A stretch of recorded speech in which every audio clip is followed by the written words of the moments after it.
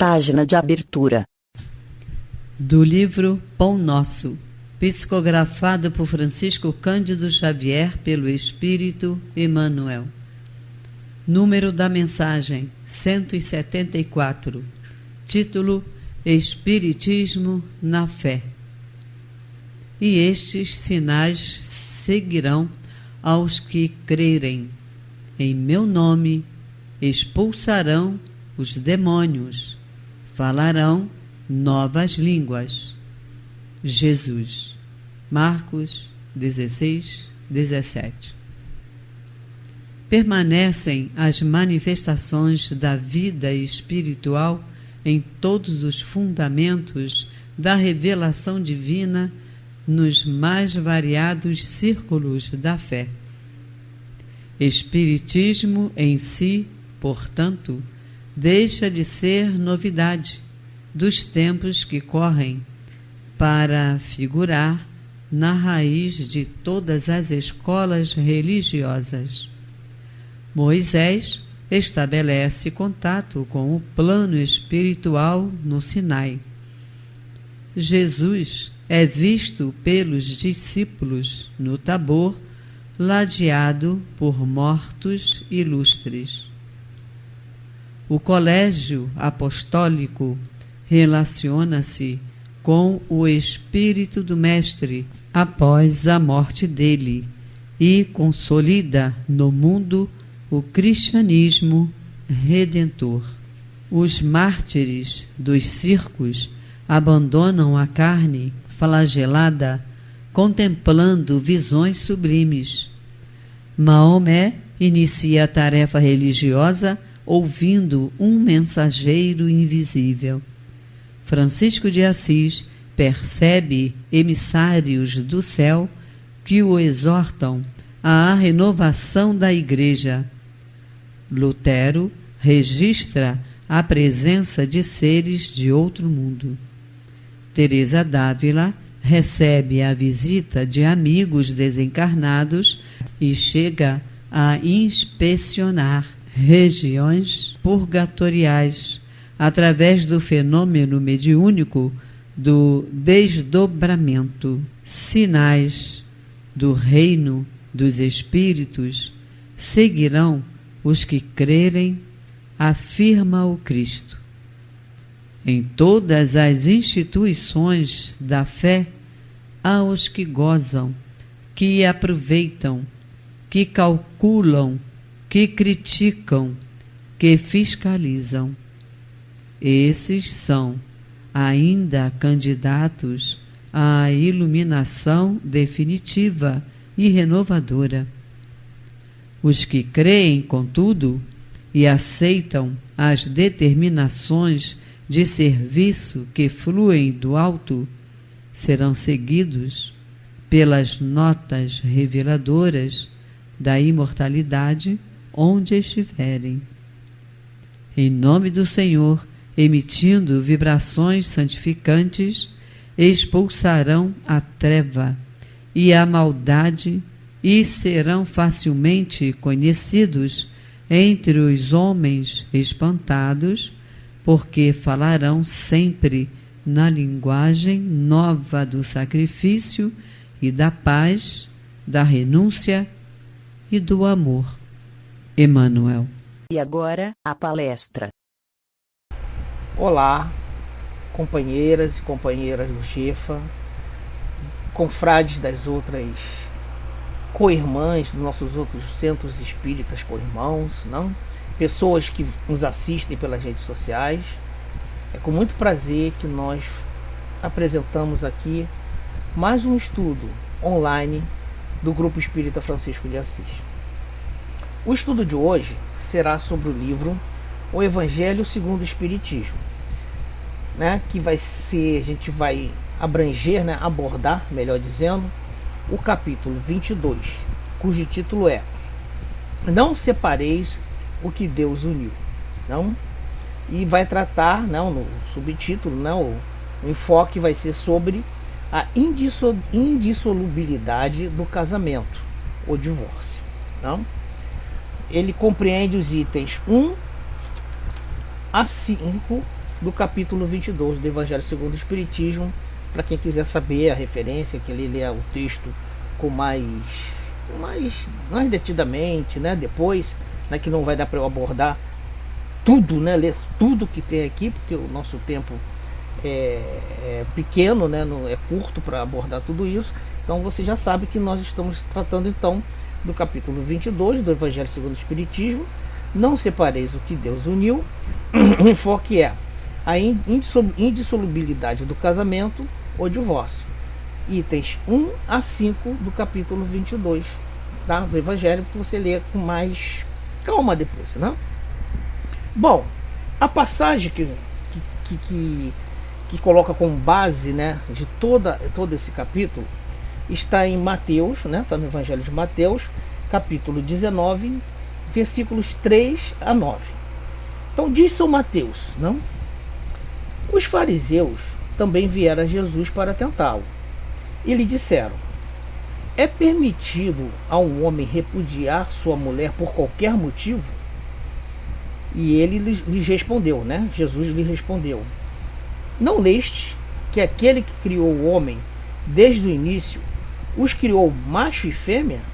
Ou seja, leste na lei, né? Na lei que imperava no momento, na lei que foi trazida no momento, né? Na lei de Deus que foi trazida por Moisés no momento, imperava isso, não? Então vamos lá, continuando. E disse: por esta razão o homem deixará seu pai e sua mãe e se unirá à sua mulher, e farão os dois uma só carne. Assim eles não serão mais dois, e sim uma só carne. Que o homem, pois, não separe o que Deus uniu. Então, os fariseus, né, os sábios do templo, né, que viviam questionando Jesus, ver se Jesus derrapava em alguma coisa, né, para poder condená-lo, para poder criticá-lo, para poder, digamos assim, desconstruir tudo aquilo que Jesus falava, desconstruir a pessoa de Jesus, o que Jesus, né, trazia e mostrava a todos, que gerava muita admiração, muita, digamos, muita comoção, né, que mostrava assim uma mudança dos tempos, uma atualização da lei, um lançar de luz, né, na lei, né, na lei mosaica, na lei antiga, né, que Jesus mesmo disse que não ia modificar a lei, né? Jesus não veio mudar a lei, ele veio esclarecer a lei, dar mais luz àquilo que estava escrito. Então eles fizeram isso para, se Jesus, né, como é que Jesus ia responder? Por quê? Eles colocaram a casca de banana agora aqui, ó, segundo o Evangelho de São Mateus. Mas por que razão, disseram eles, Moisés ordenou que se entregue à mulher uma carta de separação que a repudie? Então, ó, se Deus disse que não se separa o que Deus uniu, como é que Moisés dava uma carta para o homem repudiar a mulher? Né? Como é que estava isso? Como é que Jesus explicaria isso? Né? Como é que Jesus ia dizer, ó, você, se seguir Moisés, você está indo contra Deus, né? Se seguir a Deus, você está indo contra Moisés, né? Então eles queriam colocar Jesus na sinuca de bico, né? Como se diz hoje em dia. Então vamos ver o que Jesus respondeu. Jesus lhes respondeu: é devido à dureza de vossos corações que Moisés vos permitiu repudiar vossas mulheres. Veja bem, a gente vai ver isso mais um pouquinho à frente, a gente vai se deter um pouco sobre isso, mas guardem bem isso, ó.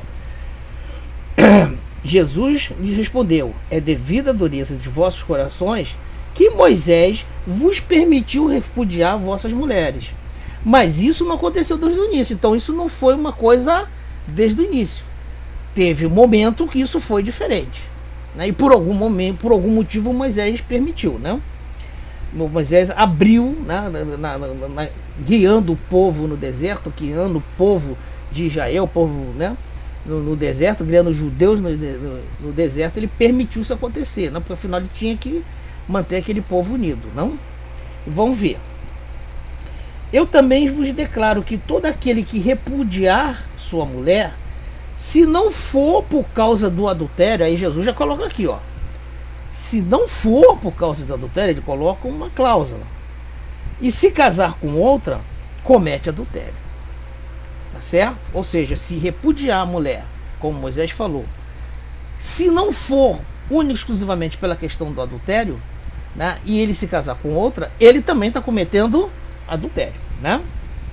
E que aquele que se casar com aquela que o outro repudiou também comete adultério. Então Jesus colocou aí, ó, não é bem assim, né? A coisa funciona assim. O repudio, a forma de repudiar, tem duas questões. Uma é a dureza dos nossos corações, que a gente vai entender melhor já já. E a outra, Jesus falou, a única questão pode ser quando há adultério, né? Aí, se você repudia a sua mulher, se não for uma questão de adultério, é uma questão puramente de orgulho, de vaidade, de questão, né? Hoje em dia estética, questão uma questão banal qualquer, você está incorrendo, né? Segundo a lei, em pecado, sim. Não? Porque ele falou do adultério. Adultério a gente vai ver que vai ter alguma coisa a ver com a lei do amor. Vamos chegar lá, espera aí. Tem grandes emoções ainda nesse estudo. Compreendeu? Então Jesus colocou essa questão do adultério, né? E também deixou patente outra coisa, né? Que é a questão, né? Que nem sempre foi assim. Teve um momento que foi diferente, né? Teve algum instante foi diferente na questão da união dos dois seres, não? Vamos lá, do que Mateus está falando, não? A gente pode ver logo duas coisas, não? Além das que eu já falei, não? A lei de Deus é imutável, né? A lei de Deus não muda. A lei de Deus é perene. A lei de Deus, a lei natural é perene, não? Não muda, é sempre aquela, porque é a lei perfeita, não? Vamos ver aqui, ó. Se eu largar essa caneta, ela vai sempre cair aqui no planeta Terra devido à gravidade. Ela vai cair, não? Os astros circulam em torno do Sol e a Lua circula em torno da Terra, tudo por uma relação da gravidade, não? Lá daquela relação, aquelas equações que tem, né, que simbolizam tudo isso, mas a gente sabe que a gravidade, né, a sequência dos dias, o nascer e o pôr do sol, né, tudo isso a gente sabe que vai acontecer, né? A gente sabe que o sol está lá, mesmo no tempo nublado o sol está lá, né? Porque tudo é regulado pela lei de Deus, tudo está ali milimetricamente calculado, tudo ali está milimetricamente feito segundo a vontade de Deus, para que nós possamos, né, continuar, que nós possamos caminhar, que nós possamos nos desenvolver enquanto espírito, não?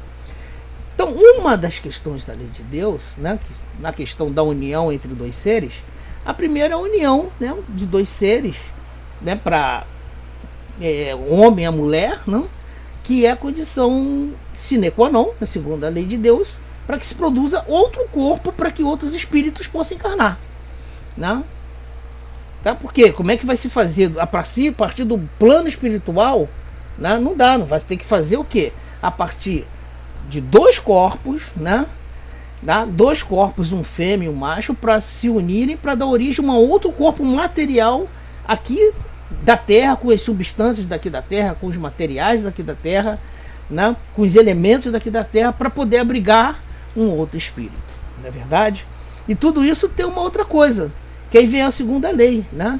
Essa união, né, é a lei de Deus, é a lei para gerar um outro corpo, é uma lei para ser acasalar, né, pra gente, não é casalar mais para animal, mas da gente se encontrar, né, e num ato de amor a gente fazer, né, a gente constituir um outro corpo. Então aí tem duas coisas, né, da lei de Deus.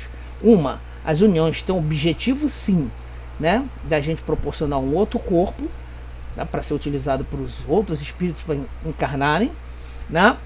E também as uniões entre esses espíritos aqui encarnados devem ser regidas pela lei do amor. Quando ela é regida pela lei do amor, tudo fica mais fácil e coerente.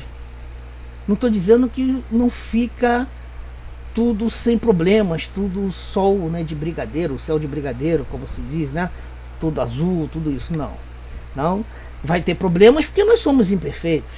Vai ter problema porque é um encontro de dois espíritos imperfeitos que têm imperfeições e que têm coisas a provar e coisas a resgatar.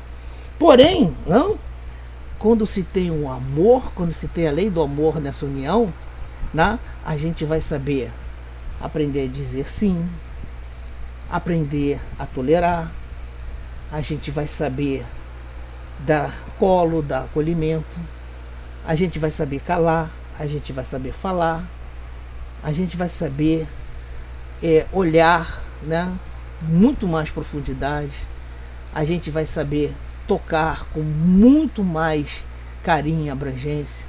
Enfim, a gente vai ver naquela pessoa, naquela união daquelas duas pessoas, uma beleza que vai além da beleza estética, que vai além da beleza corporal, que vai além das questões dos títulos materiais, né? Tudo isso é um encontro de duas almas, de dois espíritos que querem construir, querem crescer, querem se aprimorar no amor, né? E esse amor que significa a doação de um para o outro, que significa a troca de um para o outro, é uma forma da gente se aperfeiçoar, né? Não é isso que a gente quer? É esse o famoso amor que a gente idealiza hoje em dia, mas que um dia a gente vai torná-lo possível.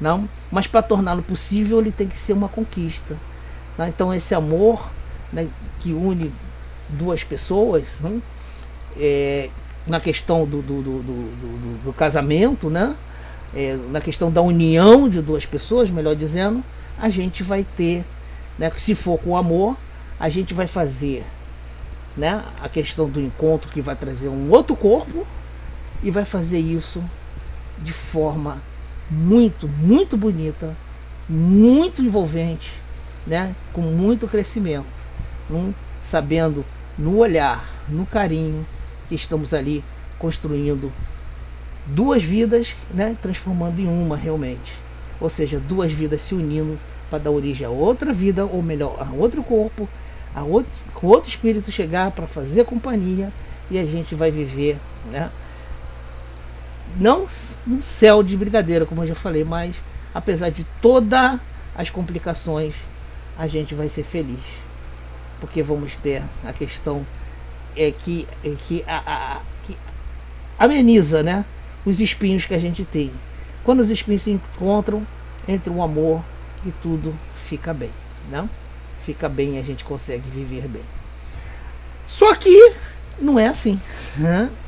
Não é assim sempre, não? Por quê? Porque a lei de Deus fala dessas duas questões das uniões para a gente, né, ter outros corpos, né, fazer outros corpos, né, dar constituições a outros corpos, e nessa relação ser sempre preenchida com a lei do amor, que é uma lei divina. Porém, as leis que regem essas relações, esses encontros, são leis dos homens, são leis sociais, são leis que cada grupo, cada sociedade cria, né? Então aí a gente vai ver, né? Se criou a lei do casamento, né? Tem o casamento, né? É tudo regulado por uma lei, né?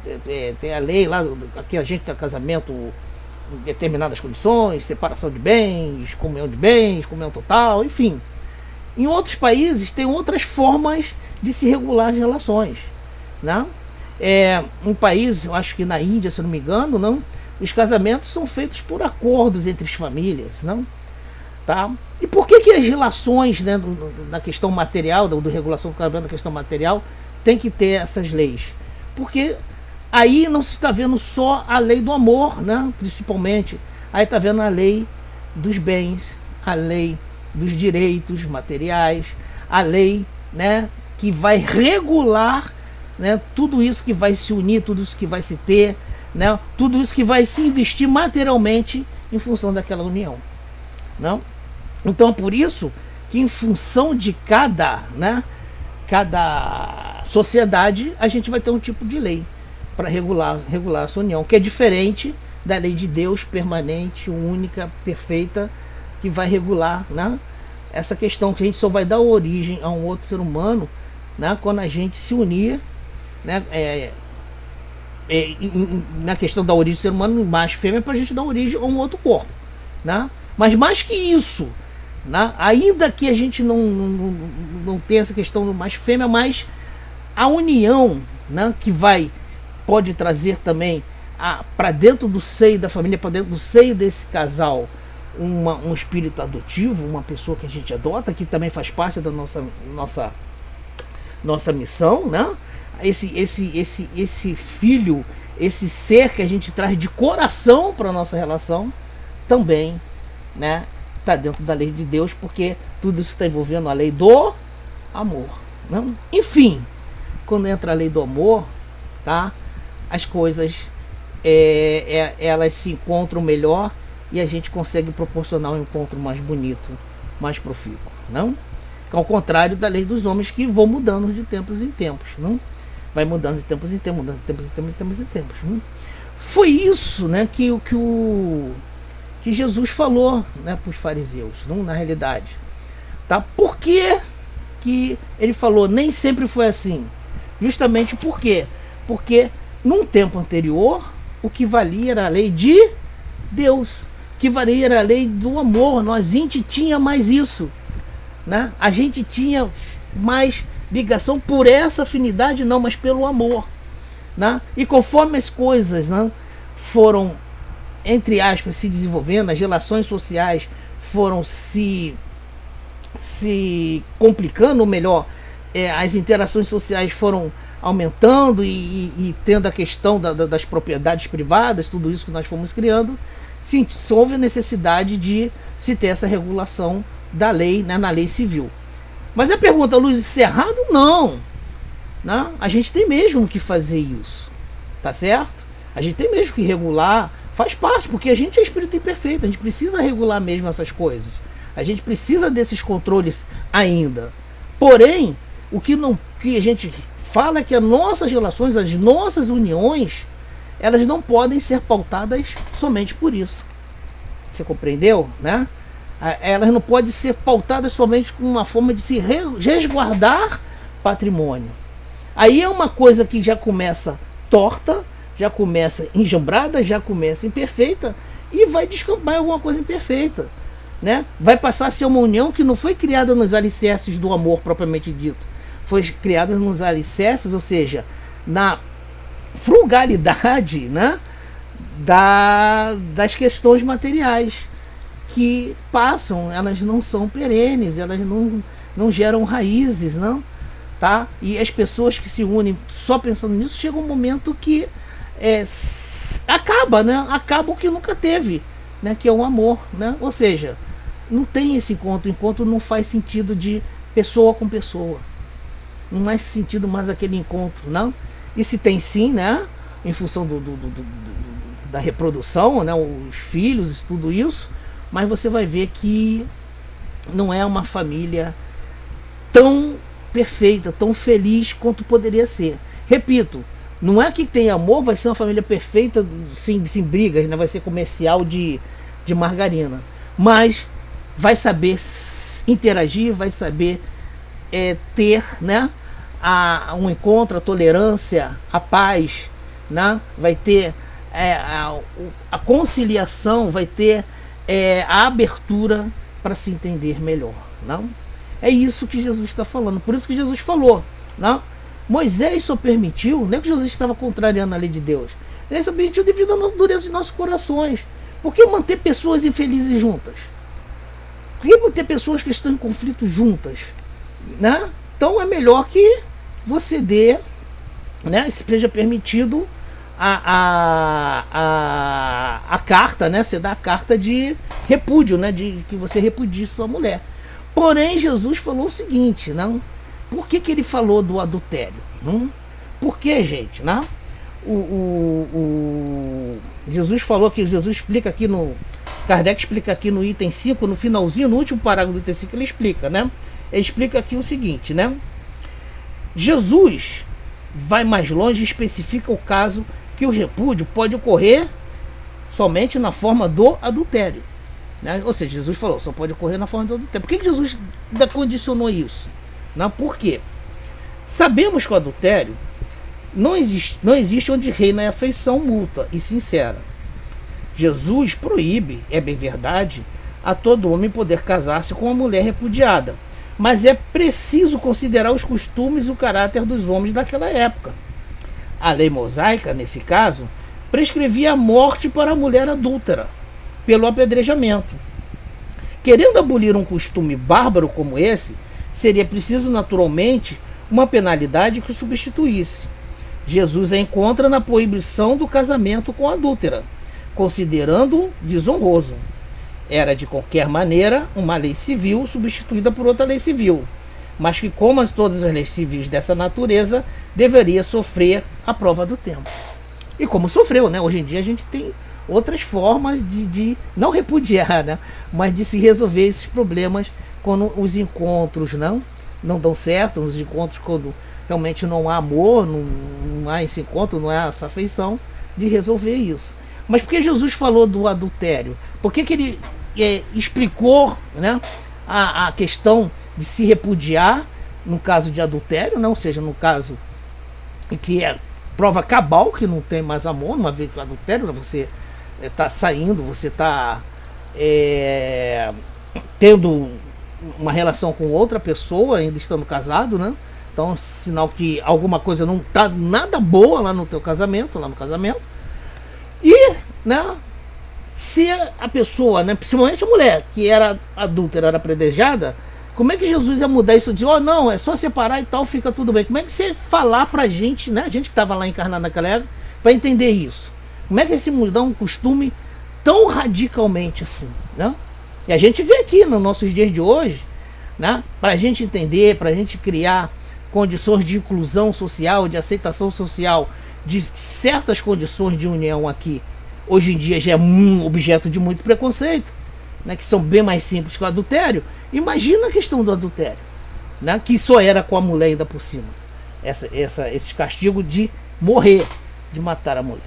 Então, ele teve que despegar um pouco leve, as mudanças não podem ser tão bruscas. Por isso ele falou da questão do adultério, mas deixa patente, né? Que se não há amor, né? Por quê? Por que a gente manter, né? Quando as coisas estão ligadas na frivolidade da questão material, das questões das uniões, né? Do patrimônio, não tem sentido, né? Ou somente da vaidade. A gente não pode esquecer isso. Quando a gente só vai pela vaidade, pela estética, né, pela beleza física, não que não seja importante. É importante sim a gente se cuidar, se sentir bonito. Não, ninguém está falando com relação a isso, né? A doutrina espírita contra. Mas não é só isso, né? Isso que eu queria deixar bem entender. É como eu acho interessante, a gente tem que olhar na realidade o combo, né? O combo, ou seja, olhar tudo e ver que nem sempre a beleza física vai ser tudo que a gente vai ter do melhor numa pessoa, numa relação, né? Tá? É claro, a gente se cuidar, né? É importante, né? Mas é importante também a gente olhar o combo, olhar o todo, não? Que às vezes, né, das vezes de uma pessoa, né, que é simples, tranquila, que não tem os atributos que a mídia, a propaganda fala que são bonitos, não? Que a gente às vezes embarca nessa também. Isso aqui que é bonito, se vende um molde que é bonito e na realidade não é aquilo aí que a mídia quer que você acredite, a questão consumista, tudo isso. A gente vê mesmo pelo sentimento, pelo coração, quando dois mundos se encontram, quando dois mundos se atam, quando dois mundos, né, se envolvem. É isso que deve reger a nossa lei, é isso que deve reger a lei dos nossos encontros, não? Ou seja, como eu disse, esse combo, né, de sentimento, de envolvimento, de também alguma questão, né, de beleza, assim, mas não digo só beleza física, mas beleza interior, beleza do olhar, beleza do sorriso, beleza dos pensamentos, beleza das ideias, beleza da forma de ver o mundo, beleza, enfim, de tudo que essa pessoa é, né? Tá certo? Às vezes você vai ter lá, né, uma pessoa que pode não ter tudo que é arriscado para esteticamente para esse mundo, mas é uma pessoa perfeita, não? Lembre-se, é o que eu falei, toda rosa tem espinho, e nós somos como uma rosa que temos que ser pegos com cuidado, todos nós devemos ser cuidado com doçura, para que a gente não se espete nos espinhos. Isso se chama amor. Esse cuidado que você tem com o outro e que o outro tem contigo, porque nós dois somos rosas, que apesar dos espinhos, como todas as rosas, nós somos lindos, né?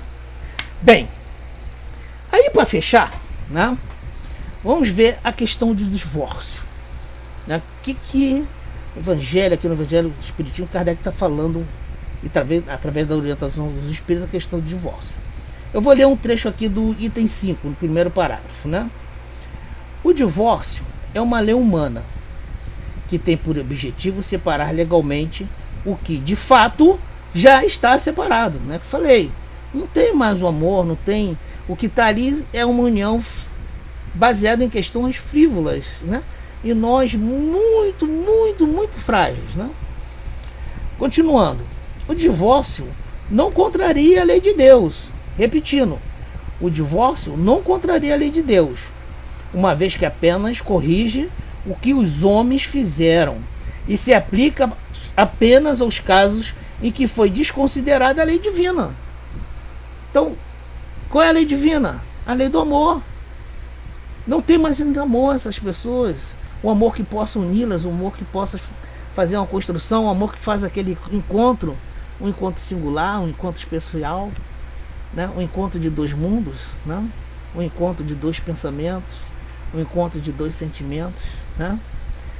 Ou seja, quando uma estrela vai para lá e a outra vai para cá, né? Às vezes é melhor a gente não forçar, a gente deixar a coisa fluir, porque quando a gente não força, quando a gente não complica, a coisa às vezes pode acabar essa relação com a mesma beleza do começo, acabar, né, com um sorriso que teve o começo e também um sorriso de falar assim, seja feliz. E quando a gente deseja que o outro seja feliz, também é uma forma de amor, de consideração com aquela pessoa que a gente viveu um período da nossa vida, né? Então é importante isso.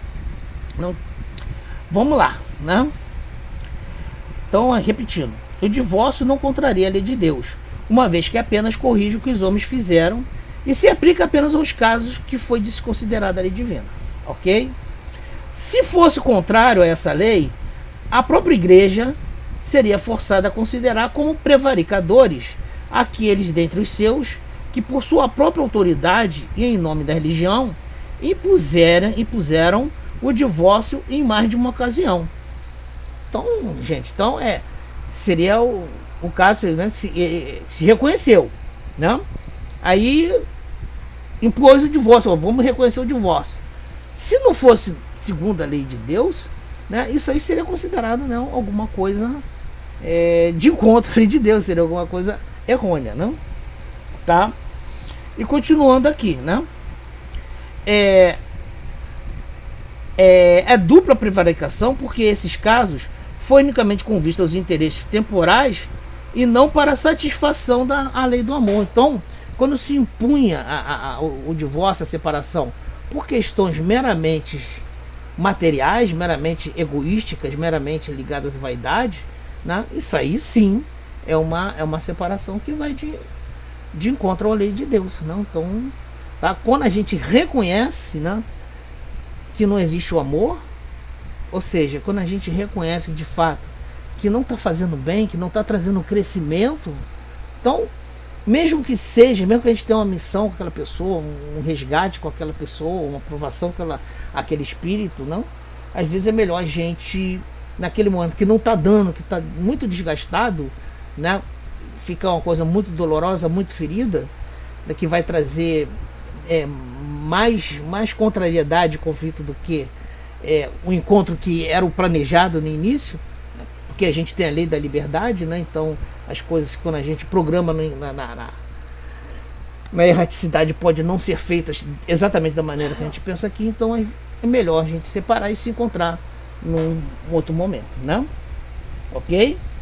Então é bem deixar claro, eu queria frisar, deixar claro que o divórcio é uma lei humana que tem por objetivo separar-se legalmente o que de fato está separado. Então, é uma lei humana que é ligada àquela questão das leis civis que regula as uniões, que elas são leis diversas que vão mudando com o tempo, né? Inclusive o divórcio é uma evolução da lei material, não que aqui no Brasil mesmo, né, há algum tempo atrás, eu não sei quanto agora, né, não vou lembrar agora quando foi a lei do divórcio, mas acho que foi lá por vista dos anos 70 alguma coisa, década de 70, que começou a ser lei do divórcio, que antes não se tinha lei do divórcio. E muita gente ficava unida, ligada de uma maneira, né, que não era legal, que não trazia crescimento, trazia tristeza, trazia incômodo, trazia dor, melancolia, e não era legal, não? Bom, gente, né? Eu creio que eu falei muito, eu já passei muito aqui do tempo, sempre falo muito, mas vamos pensar o seguinte, né?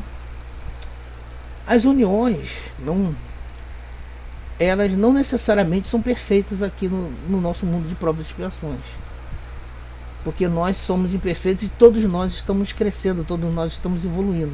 Não tem esse que é perfeito, que é digamos assim, um príncipe encantado, a alma gêmea, né? Não tem, não. Tanto que o casal aí, símbolo, que a gente, símbolo do amor, do amor eterno, essa coisa toda, só o é porque não viveu junto, né? Que é a história lá do Romeu e Julieta, né? Eles não conseguiram ter uma vida juntos, né? Quem sabe se eles não tem aquela questão do suicídio, multa, aquela coisa toda, se eles juntos não daria problema, né? A gente não sabe. O que a gente sabe é o seguinte, que assim como tudo na nossa vida, a união de dois mundos, a gente tem que ter tolerância, benevolência, paz. A gente tem que entrar um no mundo do outro, né? Mas porém com respeito, sabendo dos limites, sabendo da individualidade, sabendo que eu cresço, o outro cresce e nós vamos juntar esses crescimentos. Saber que o sentimento, né, do amor que une duas pessoas não tem que se traduzir em palavras. O que eu quero dizer? Não adianta se falar eu te amo. O que tem que ser é a atitude de amar. É você não só falar, mas demonstrar no dia a dia, demonstrar em cada ocasião, demonstrar em cada conflito, demonstrar em cada momento alegre, em cada momento menos alegre, nos momentos que pode haver algum desencontro, mas quando a gente demonstra, quando a gente tem atitude de amor, quando a gente mostra, quando a gente, mais que tudo, exala esse amor, a gente vai encontrar um ponto em comum, né? Não esqueça disso, tá bom? Fale, não tenha vergonha, ame e demonstre que ama, né? É cuidando, né? Ou melhor, como diz um trecho da música, melhor dizendo, quando a gente ama, é claro que a gente cuida. Muito obrigado, muita paz, graças a Deus.